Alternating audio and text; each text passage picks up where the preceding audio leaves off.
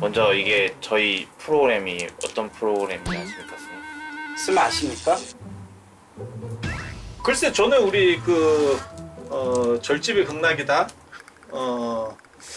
잘 됐다라기보다도 그냥 평균보다 조금 높으니까 희망을 가지고 이제 단물을 빨아보겠다 이런 정신으로 만든 거 아니에요? 아닙니다, 스님. 스님 욕심이 과하십니다. 주변에서 너무 재밌었다고 아주 화제였습니다, 화제. 선생님, 저희 이 프로그램은 이제 일반 사람들이 또는 불자들이 알면서도 불교를 알면서도 좀 모를 수 있는 그런 거 있지 않습니까? 그런 거를 저희가 이제 이렇게 쉽게 설명하는 프로그램인데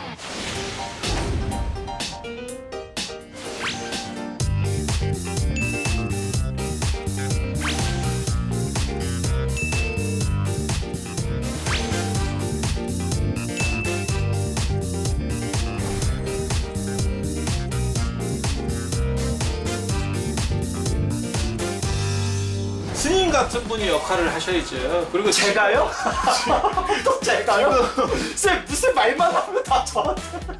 삼국유사에 보면 백률사조나 이런 데 보면 바로 이야기가 있거든요. 그래서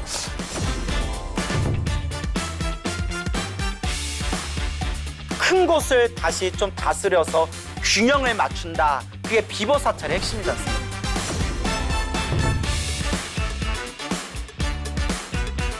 아직 밥 덜 됐어요. 밥 안 됐어? 그래서 네. 못한 치면서 시간 때우는 거다. 오늘 제 옆에 어메이징한 패널을 모셨는데요. 박사학위가 무려 6개. 와, 대박.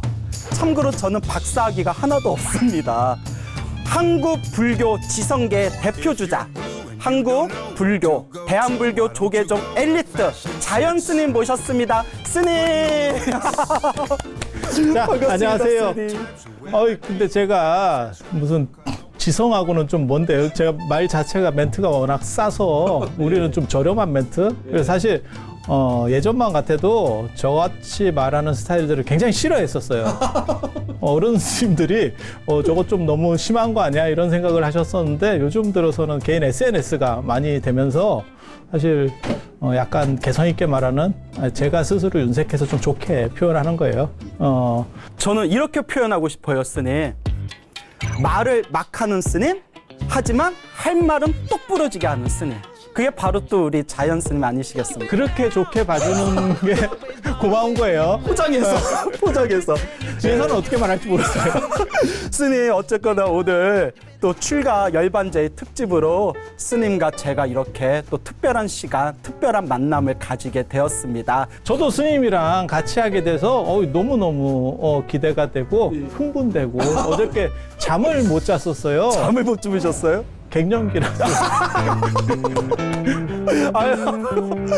아유, 아직도 뭐 저기 한창이실 것 같은 느낌이 드는데 벌써 갱년기시면 어떡해요? 아니, 이게 절이라서 그래요. 자, 스님, 이제 우리가 출가제의를 맞이해서 또 이제 우리가 재미난 이야기, 또 이제 의미 있는 이야기 나눠볼 텐데요. 우리 불교의 4대 명절이라고 있잖아요, 스님. 그래서 4대 명절하면 부처님 오신 날, 그리고 출가하신 날, 그리고 깨달음을 얻으신 성도하신 날, 그 다음에 이제 열반하신 열반제일이 있는데요. 특별히 부처님께서 이 출가하신 의미에 대해서 우리가 생각해 본다면 이 부처님 출가의 진정한 의미가 어디에 있을까요? 개인적으로 사실 출가를 우리 같은 경우는 자꾸 출가라고 번역을 하니까 그렇지만 사실 서양에서는 위대한 포기 이렇게 하는 거고 어떻게 보면 자유를 찾아서 그리고 오늘날 시점에서는 가장 이 출가라고 하는 단어가 멋있는 단어가 아닌가 싶어요. 그래서 구속을 벗어난 자유, 그런 정도를 생각하게 되고 또 뭐가 있냐면 요즘 그 어른들이 보는 프로 중에 나는 자연인이다 뭐 이런. 나는 자연인이다. 저희 아버지가 좋아서요. 그게 처음에 그런 프로를 기획했을 때 저게 되겠나 싶었는데 뭔가 이렇게 나름 지지층을 굉장히 많이 확보하면서 가고 있잖아요. 그래서 그런 거야말로 자유에 대한 또 다른 갈망이 아닐까? 그래서 구속과 자유라고 하는 것은 계속해서 양면성과 같은 거고, 그리고 지금 젊은 분들 입장에서는 사실 이 출가야말로 또 다른 로망이 될 수도 있는데, 우리가 기성 불교가 지금 잘못해서 그런 분들을 수용할 수 없는 부분은 굉장히 안타까운 거예요. 그래서 부처님께서도 사실은 다 어떻게 보면 다이아몬드 수저로 출가를 하셔서 그걸 버리고 출가를 하셔서 그때 혁명을 일으킨 거죠. 그 당시 지금하고 저는 시대가 비슷하다고 생각해요.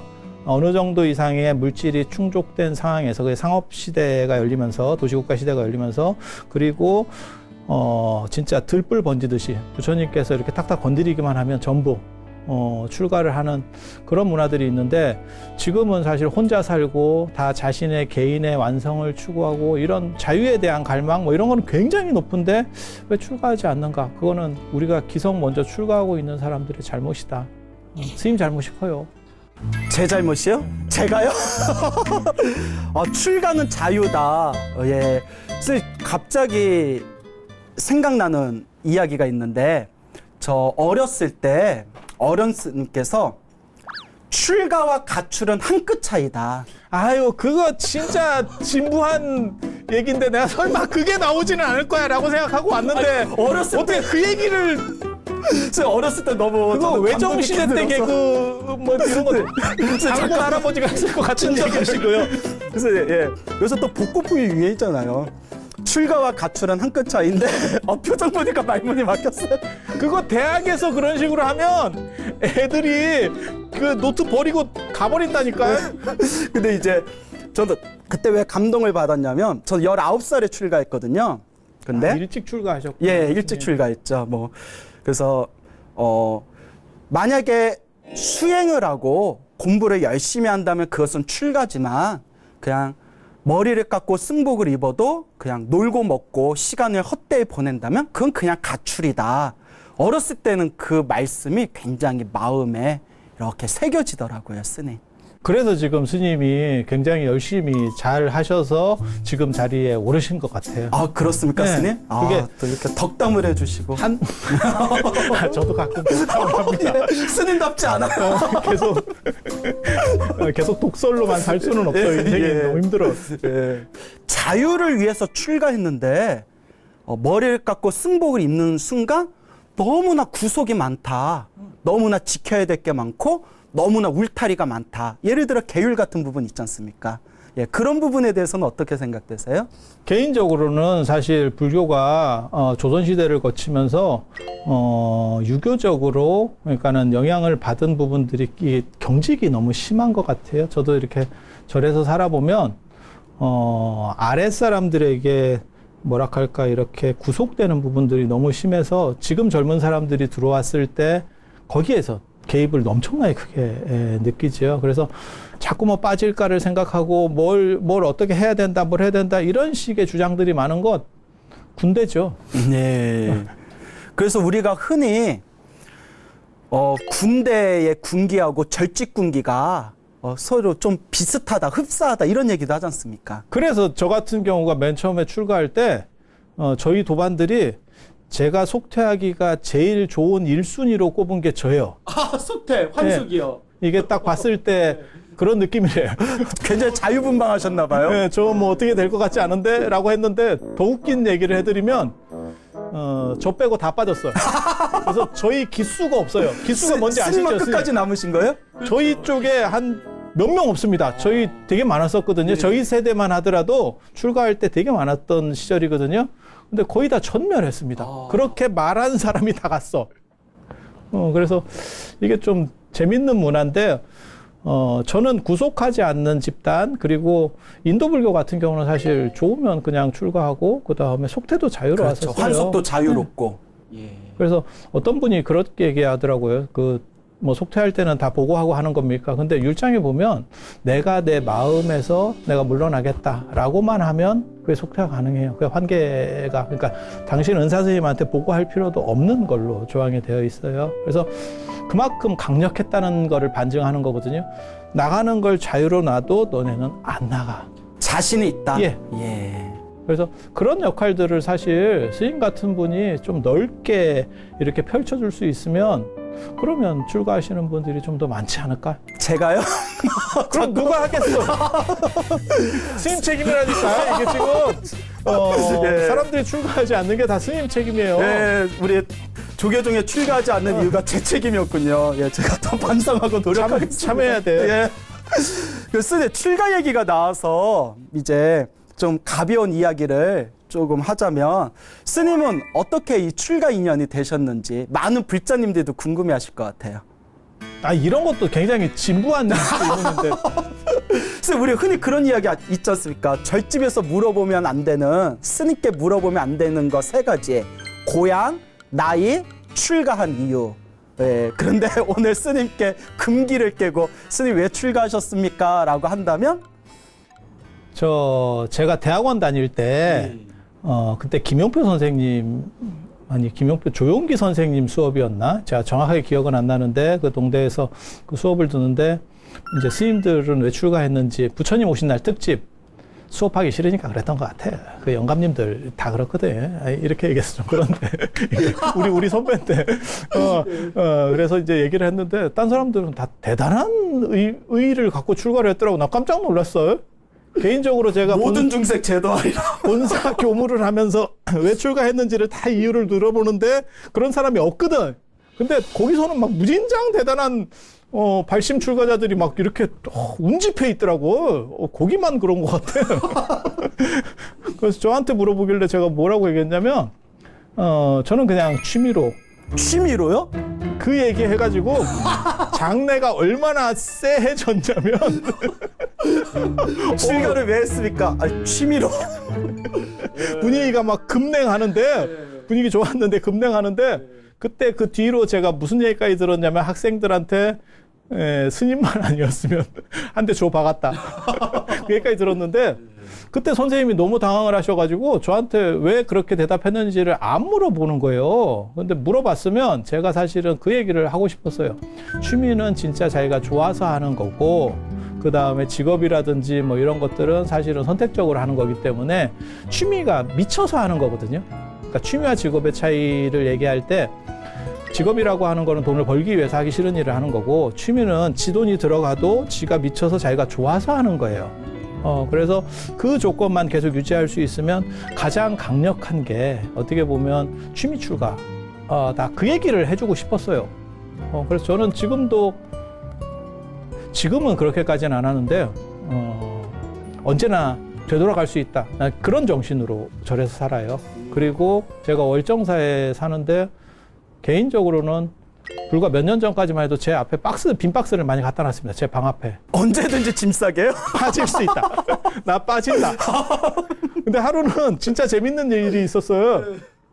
하루는 저는 운전면허가 없기 때문에 이 택배로 싸야 된다라는 일반 스님들이 운전면허가 있고 차가 있는 스님은 차에다 막바로 싣기 때문에 별게 없는데 우리 같은 경우는 면허가 없으니까 박스가 이게 필요해요. 택배 보내야 되죠. 네, 이제 한꺼번에 싸야 되니까. 그래서 그 박스를 이렇게 준비를 해놨는데 하루는 누가 박스를 훔쳐갔어. 내가 공양간에서 좋은 박스를 이렇게 하나씩 갖다 놨는데 튼튼한 놈으로 모아놨는데. 백박스 이런 거 내가 좋은 거 갖다 놨는데 그래서 보니까 옆방 스님이 같더라고요. 스님께서 혹시 가셨습니까? 제가 월정사에서 제일 오래 사는 사람 중에 한 명이에요. 지금 십몇 년째. 그러니까 저는 출가할 때도 그렇고 지금도 그렇고 아무튼 버티는 힘은 대단한 거예요. 이야.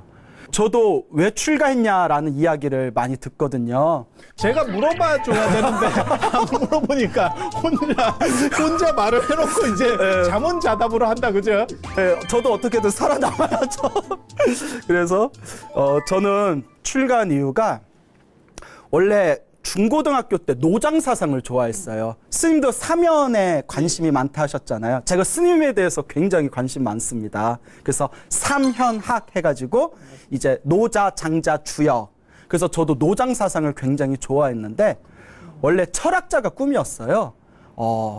아마 지금 좀 굶어 죽었을지도 모르죠. 자, 그래서 철학 공부, 특히 동양 철학을 좋아하라 했는데 그때 제 속가 아버지가 스님이시거든요. 네, 저 낳고 출가하셨어요.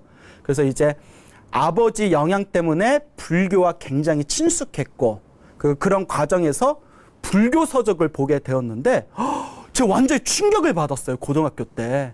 그 전에는 뭐 금강경 봐도 맨날 수보리 하이고 무슨 뜻인지 하나도 모르겠는데 이제 점점 좋은 불교 서적들이 쏟아져 나오면서 자연스럽게 특히 달마 선종 있지 않습니까? 직지인신 경성성벌 마음만 깨치면 부처가 된다. 거기에 제가 몽땅 그냥 온 몸과 온 마음이 완전히 몰입이 돼가지고 내가 머리 깎고 이 길을 가야겠다. 내가 큰 깨달음을 얻어서 모든 중생 제도해야 되겠다. 아까 스님이 얘기하신 거창한 목표를 가지고 제가 그렇게 19살에 저도 출가하게 되었어요. 스님. 스님 인도 많이 가보셨어요? 델리 박물관 한번 가봤어요. 거기 부처님 살이. 예, 부처님 사리 뵈러. 그게 어떻게 보면 지금 현존하는 우리가 눈으로 볼 수 있는 부처님 사리 중에서 최고의 A급입니다. 예. 가장 근사한, 그러니까 고고학적인 의미로 봤을 때 가장 족보가 뚜렷한. 그래서 그런 데를 가셔서 참배를 하셔서 이렇게 얼굴이 좋구나. 참배하러 가기 전에도 얼굴 좋다는 얘기 많이 들었어요. 저랑 절대 제가 신도분들한테 들은 얘기가 광호 스님하고 같이 녹화하지 말래. 왜요? 스님 얼굴이 너무 좋아서 제가 네. 늙어 보인대. 아닙니다, 스님. 예. 스님도 훤하십니다. 예. 물 한 잔 마시고 해야겠다. 근데 스님 부처님이 29세에 출가했다 뭐 이런 얘기 있잖아요. 19세론, 29세론. 19세도 있고 29세도 있는데 그게 어느 게 맞는 것 같아요? 스님 생각에는? 스님, 북방불교에서는 19세론이 있고 그리고 남방불교는 29세론이 있지 않습니까? 근데 제가 고민을 해봤는데 제가 스님 방송에 또 즐겨보지 않습니까? 스님께서는 19세론이 맞다라고 하셨죠. 근데 제가 생각하기에는 그러면 라울라 나이하고 그게 잘 맞지가 않는데요. 그래서 6년 태아설 있지 않습니까? 라울라가 6년 동안 야쇼다라 공주 엄마 뱃속에 있었다. 왜냐면 나이 차이가 안 맞거든요. 예. 스님께서 어떻게 생각되세요? 아니 저 같은 경우는 29세면 그때까지 아이가 없을 수도 없고, 그러니까 부처님 출가하셨을 때만 해도 애가 태어났다는 설도 있고 안 태어났다는 설도 있거든요. 그래서 10년을 결혼했으면 부처님이 17세 아니면 19세 이게 결혼설이 있거든요. 그러면 10년 정도는 됐다는 얘기인데 아까 스님 말씀하신 것처럼 만약에 다른 여자들까지 있었다고 가정을 했을 때 이러면 시험관 수수 시험관이요? 너무 이렇게 가야 되는 상황인데 10년 동안 지금 아이가 없는 거거든요. 예. 그래서 이게 정상적으로 가능할까에 대한 생각을 하는 거고, 그래서 19세가 오히려 타당한 게 아닌가. 그리고 29세면 지금 29세가 아니에요. 그때는 29세면 중년이에요. 지금으로 말하면 40대 중반 정도 아니면 50 정도에 해당하는 나이라고 보시면 돼요. 이렇게 되면 활력도 없고 에너지가 떨어져서 저도 지금 이제 이렇게 상태가 좀 메롱이 되니까 뭘 잘 못하겠어요. 예. 근데 뭔가 투쟁적이고 새로운 거를 개척하는 입장에서 과연 그게 가능할까에 대한 생각들을 하는 거예요. 그래서 저도 강의할 때 흔히 49년 설법론이 나오지 않습니까? 그 신도들이 이거 잘못된 거 아니에요, 스님? 35살에 출가해서 80에 세상을 떠나셨으면 45년 설법이잖아요 할 때 19세 출가론을 이렇게 설명드리면 불자님들도 깜짝 놀라더라고요. 19세 출가 이야기는 처음 들어봤다고. 그래서 간혹 스님 그러면 19세가 맞을까요? 아니면 29살 29세가 맞을까요? 하면 제가 약간 조금 능구렁이 같은 게 있거든요. 그래서 저는 이렇게 딱 답을 내리기보다는 부처님께서 출가하셔서 깨달음을 얻으셔서 우리들에게 이렇게 소중한 법을 설하셨다. 그것에 의미를 두자. 이렇게 저는 좀 살짝 빠져나가죠. 예. 근데 그 출가라고 하는 자체가 사실은 의미가 굉장히 큰 것 같아요. 개인이 조선시대까지만 해도 계속 그 논쟁에 휩싸였는데 이제 너무 좀 어떻게 보면 이기주의적인 거 아니냐. 이게 집단주의 문화가 동아시아가 너무 강해서 개인주의를 이해하지 못하고 개인주의를 전부 이기주의로 치부하는 게 있었어요. 그러니까 저희 어렸을 때만 해도 사실 개인주의적인 성향을 가진 사람을 이기주의라고 밀어붙였었어요. 근데 지금은 사실 개인주의하고 이기주의를 정확하게 구분하죠. 근데 연세 드신 분들은 제가 보기에는 아직도 구분을 못해요. 이 개념에 혼란이 일어나고 있는 거예요. 그래서 부처님 같은 경우가 사실은 책임감이 굉장히 많은 위치 속에 있었는데 그런데도 불구하고 전체를 위해서 아니면 당신의 문제를 해결하기 위해서 출가한다라고 하는 게 굉장히 쉽지 않았을 것 같아요. 그러면 스님, 분명히 출가는 큰 의미가 있다 말씀하셨지 않습니까? 그리고 현대인들에게 출가의 의미가 무엇일까요? 라고 여쭤봤을 때 자유다. 그리고 내 스스로 선택할 수 있는 여지가 많고 또 이런 말 하지 말아라 하셨지만 공부하고 싶으면 출가하는 게 굉장히 장점이 될 수 있다라고 하셨는데 그러면 스님 좀 진지한 부분을 하나 짚어보자면 요새 우리 한국 불교에서 출가자가 급속도로 줄어들고 있지 않습니까? 사실 뭐 출산율도 다 저하되고 있고 또 출산율 저하되는데 우리들이 또 한몫하고 있지 않습니까, 스님? 이 좋은 유전자를 지금 남기질 못하고 있지 않습니까? 그런데 과연 좋을까요? 도움을 주는 것도 있어요. 아, 이거는 단종되는 게 맞다. 이 모델은 단종 정도가 맞다. 약간 사회 부적응? 그래서 한국 불교에서 출가자가 줄어들고 있는데 또 스님께서 이미 오래전에 출가자가 줄어드는 부분, 행자들이 줄어들고 있는 부분에 대해서 성견지명을 가지시고 논문까지 쓰신 또 이력이 있으시지 않습니까? 어떻게 그런 걸 다 제가 스님 팬이라니까요, 스님. 저 광우입니다. 스님, 그러면 출가자가 줄어들고 있는 한국 불교에 있어서 스님께서 좀 한마디 간략하게 해주신다면 저 어떤 말씀을 좀 하시고 싶으신지요? 제가 스님들을 저는 개인적으로 교육을 이렇게 하는 입장이잖아요. 근데 제가 늘상 말씀드리는 게 있어요. 그 교육받는 스님들한테 출가는 낭만이다. 낭만과 멋. 그래서 해남 미왕사에서도 했었고 얼정사에서 했었는데 청년 출가 같은 것들을 했었거든요. 그런데 사람들이 그때는 상당히 호응이 좋았었어요. 왜냐하면 지금 출가도 만만치 않다라고 사람들이 생각하지만 직장을 가지는 것도 만만치 않아요. 그래서 그때 오는 사람들이 대부분 뭐였냐면 대학을 졸업하고 뭐 취준생 아니면 공시생 뭐 이런 애들이었었거든요. 선생님 되려다가 한 두어 번 떨어지고 가야 되나 계속 해. 이게 내 길인가 너무 아닌가 직설적인 게 아니에요. 뭐 이런 애들이 다 모여가지고 시험 떨어진 애들?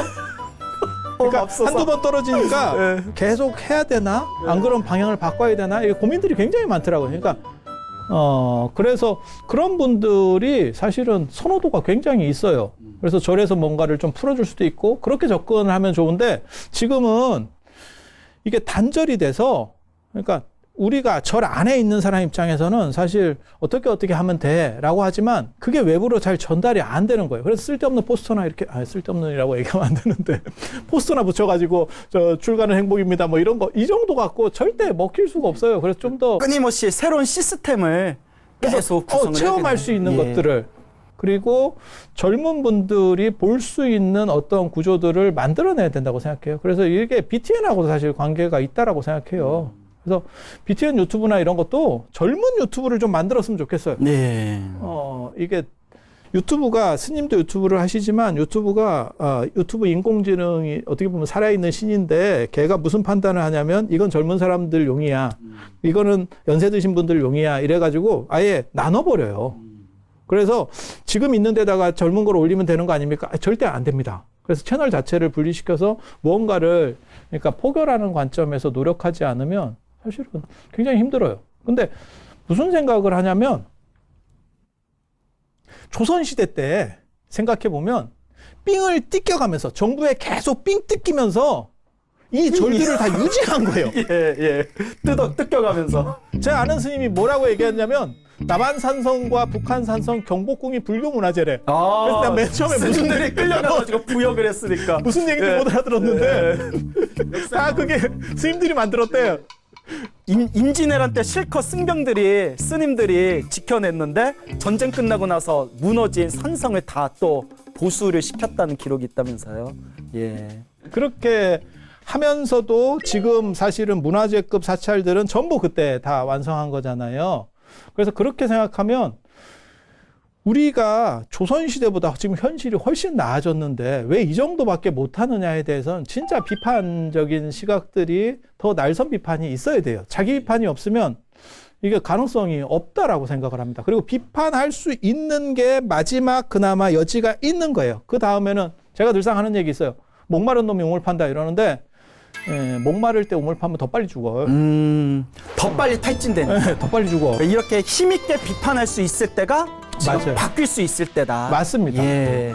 그래서 비판조차 사라질 때 그때가 우리가 무너지는 때네요. 지금 어떻게 보면 저희 때만 하더라도 비판들이 좀 많았었고 지금은 아예 이런 부분들에 대해서 이렇게 움직임 자체가 너무 좀 둔화되고 있는 것 같아요. 그래서 약간 슬프긴 한데 부처님의 출가 정신, 그 창도 정신이라고 하는 것들을 생각할 수 있다면 더 노력해야 되는 시점이 아닌가 라는 끊임없이 생각을 해요. 고민하고 끊임없이 노력해야 된다. 예.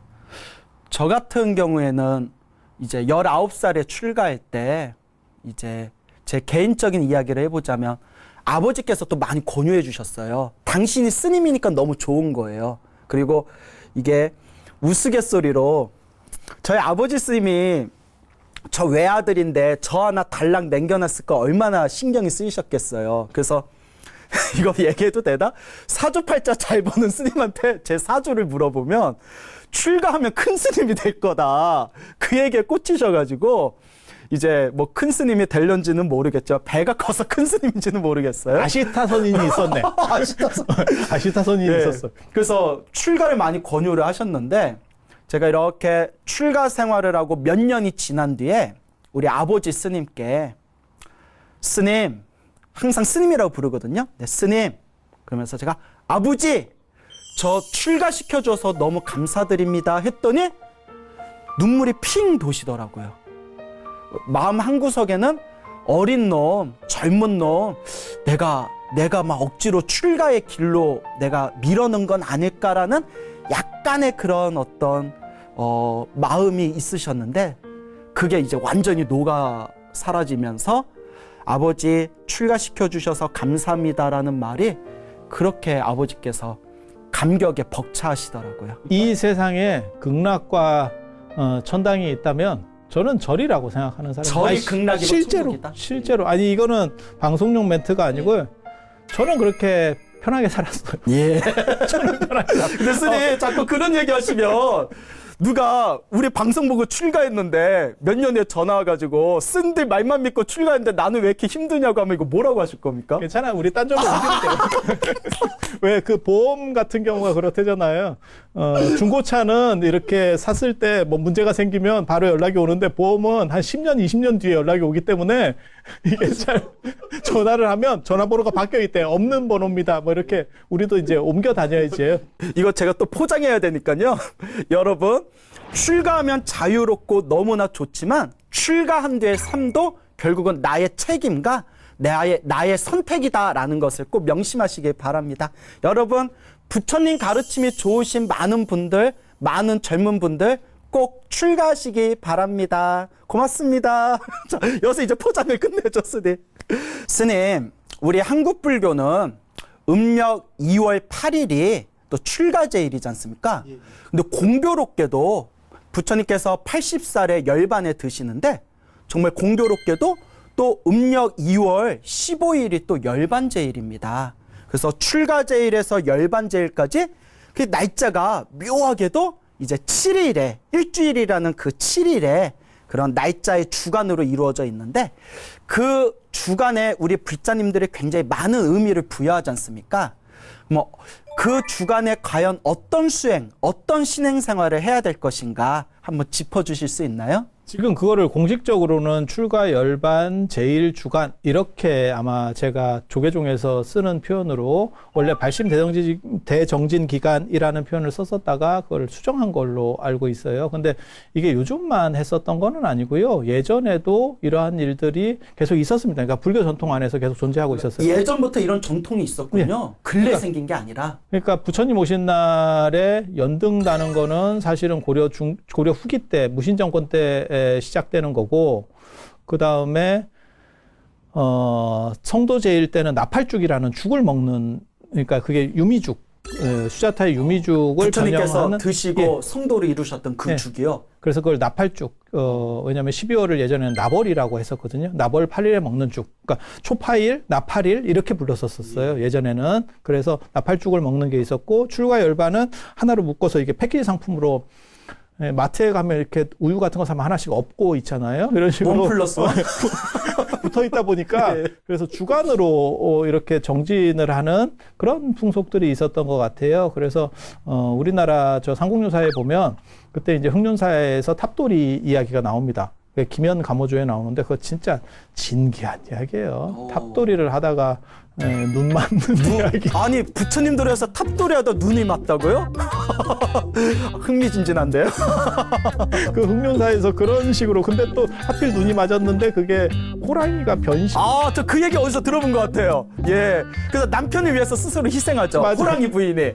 아, 애절합니다. 그러니까 얼마나 그게 웃기냐면 웃긴 얘기인가요? 선생님, 저 가슴 아프게 들었는데. 아, 그래요?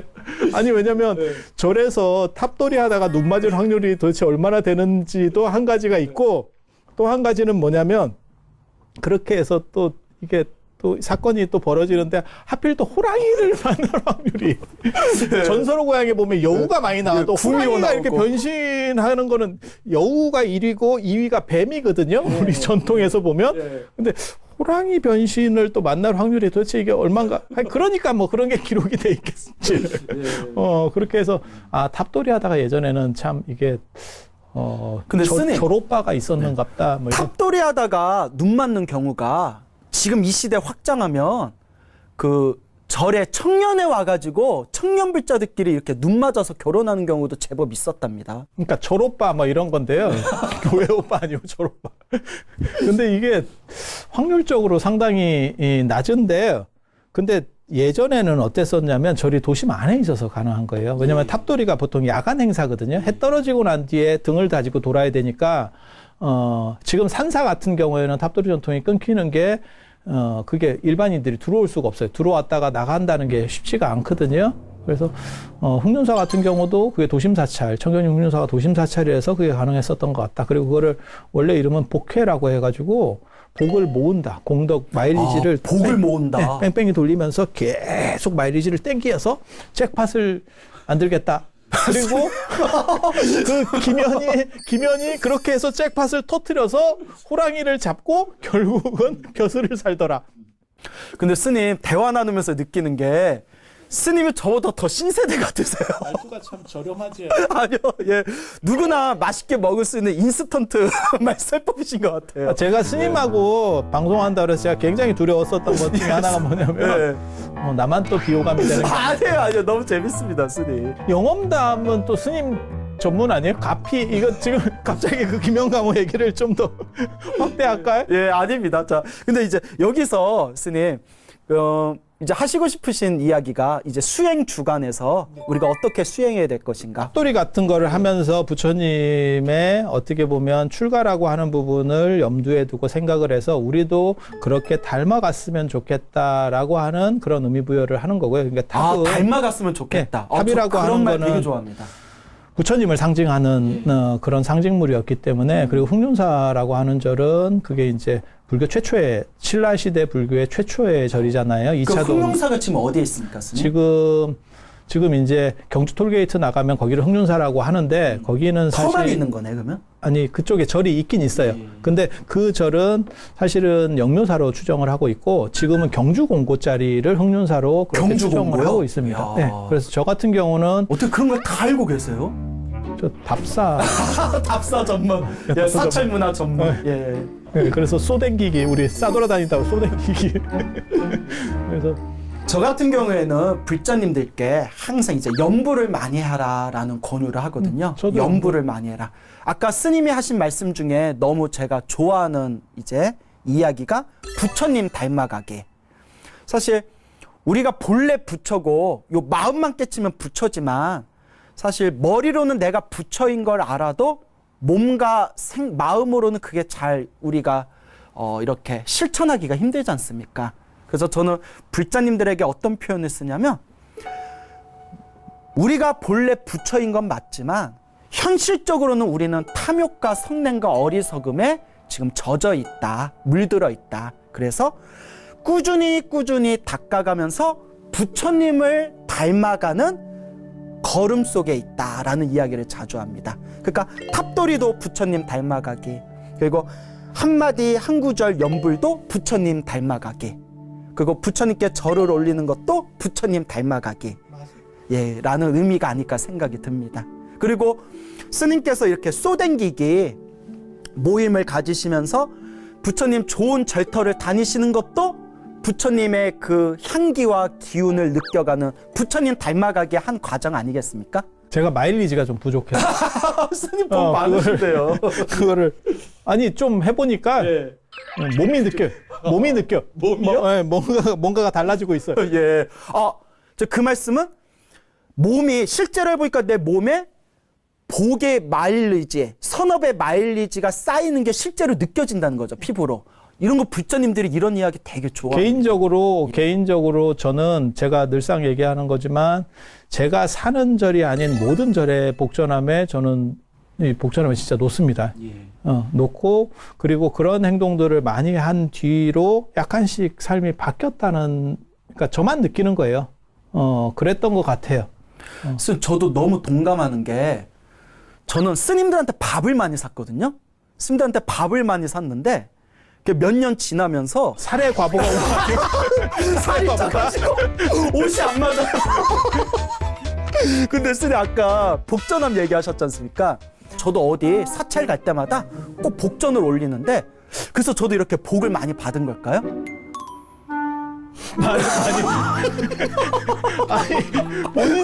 본인이 약간 부족하다 이러면 제가 채워주겠는데 내가 그래서 많이 받았나? 이렇게 해서 단정적으로 하면 나 눈물 나.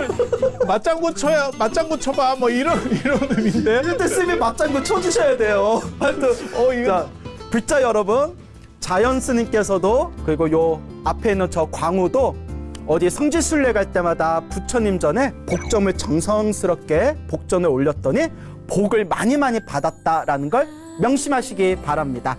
포장 잘 됐죠? 예.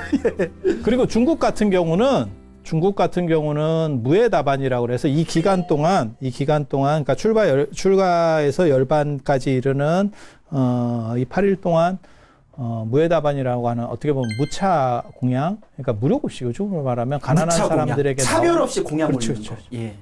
무에다반이라는 뜻이 뭐냐면 무에가 무해하다, 걸림이 없다라는 뜻이고, 다반은 밥하고 차예요. 그러니까 중국 사람들은 우리가 항다반사 하듯이 일상적으로 차하고 밥을 먹기 때문에, 그래서 이렇게 많이 베풀어서 저는 그런 게 굉장히 중요하다고 생각해요. 그게 자본을 순화시키는 옛날의 방식이거든요. 순환시키는 방식. 그러니까 있는 사람이 없는 사람과 접촉할 접촉면이 신분제 사회에서는 굉장히 드물거든요. 그런데 불교를 통해서 그 사람들이 기부를 하는 거고, 절에서 그걸 가지고 가난한 사람들에게 재분배를 해주는 거죠. 그래서 그런 정신들을 가져가면서 제가 요즘 들어서 그런 많은 생각들을 하는 게 뭐냐면, 사실은 부처님이 그런 말씀을 하셨거든요. 죽을 때 네가 가지고 갈 수 있는 게 진정 네 거다. 그러니까 돈이나 명예나 이런 것도 가족도 다 중요한데 그게 중요하지 않다라고 하는 얘기 아니에요. 근데 죽을 때 가져갈 수 있는 거. 그렇죠. 그게 이제 어떻게 보면 선업, 업이지 않습니까? 복이죠. 예. 자기 복으로. 그래서 가족이나 뭐 명예나 이런 것도 다 신경을 써야 되는데, 저는 개인적으로 경제나 이런 쪽에도 관심이 많거든요. 그래서 그렇게 보면 뭐가 있냐면, 언제나 경제하는 사람들이 하는 얘기가, 저는 세상 변화에 관심이 있어서 그래요. 그래서 유가나 주가나 금값이나 달러 변동이나 이런 것들을 계속 이렇게 확인하는 버릇이 있는데 어디에 좀 집어 넣으셨습니까? 저희 아버지가 사실 사업가라서 제가 아버지가 경영가셨. 사업 쪽 이게 피가 좀 있어요. 우리는. 그래서 제가 만약에 출가 안 했으면 저는 펀드 매니저를 했을 거다. 이런 이상하게 어울립니다. 네. 이상하게 어울린다고 하지 말고 그냥 어울린다고. 이상하게 방점을 넣으니까 사람이 굉장히 좀 출가자가 더 보이잖아요. 어울리시고, 출가자 아니라고 하더라도, 스님이 아니라고 하더라도 이제 어울릴 수 있겠다라는 그런 표현이었습니다. 이 세상이 어떻게 돌아갈 것이냐를 이해하는 데 있어서 굉장히 중요한데, 세상의 흐름. 예. 예. 왜냐하면 그러야만 그런 걸 인지해야만 거기에 맞는 이야기들을 해줄 수 있다라고 생각을 해서 그래요. 그런데 그거를 보면 언제나 자산의 분배라는 걸 얘기해요. 경제하는 사람들은. 그러니까 한쪽에 몰아넣지 말고 어느 정도 적정선을 분배해라. 그래서 현세적인 부분에 대해서도 당연히 집중을 해야 되고 그 부분에 많은 부분을 투자하지만 단 연세가 드시면 더 이상 당신이 살 날은 얼마 안 남았고 예. 이걸 즐길 수 있는 것들은 한계가 있거든요. 그러면 당신이 가지고 갈 수 있는 부분들도 충분히 준비해야 되고 그런 부분에서 사실 불교가 굉장히 의미부여를 할 수 있다라는 생각을 해요. 그러니까 젊은 사람 포기도 당연히 중요하지만 연세 드신 분들이 지금 갑자기 지금 나이를 굉장히 오래 사는 시절이 됐어요. 그래서 지금 우리나라 평균이 84세인가 그러는데 조금만 더 있으면 이제 90세로 올라간다는 통계가 벌써 나왔거든요. 그래서 지금 살아계신 분들은 특별하지 않으면 거의 100까지 올라갑니다. 100세 수명 시대. 예, 세 단위까지 올라가는데 그러면 70 넘어서 그러니까 이제 내리막길이 30년이에요. 그래서 그 부분을 어떻게 설계할 거냐가 저는 그게 연불과 기도의 상당 부분이 있다라고 생각해요. 그 부분에서 자기가 중심을 잃어버리면 너무너무 어떻게 보면 독거노인 같이. 진정한 노후 대책, 그렇죠. 정신적 노후 대책, 연불, 기도. 그 스님께서 말씀해 주신 공양 올리는 거. 아니, 그럼 저만 없어 보이잖아. 저만 너무 부처님께 불공 올리는 거. 속돼 보이잖아. 아니, 중요한 겁니다. 스님의 말씀을 들으니까 부처님께서 말씀하시기를 공양을 올리면 보시를 하면 반드시 복을 받는다. 근데 진정한 공양과 진정한 보시는 결국 이 마음의 간절함과 마음의 정성이다라는 그 말씀이 떠오릅니다, 스님. 그래서 이 출가 제의를 통해서 우리가 또 부처님께서 출가하신 진정한 의미에 대해서 다시 한번 되돌아보고 우리가 더욱더 열심히 불자자로서 수행하고 공양 올리는 선업과 공덕을 닦는 삶을 살아야겠구나라는 것을 오늘 자연스님을 통해서 제가 또 배운 것 같습니다. 죽을 때 가지고 가는 거야말로 진정한 내 거다. 죽을 때 가져가는 거, 엄만이, 선업만이 내 것이다.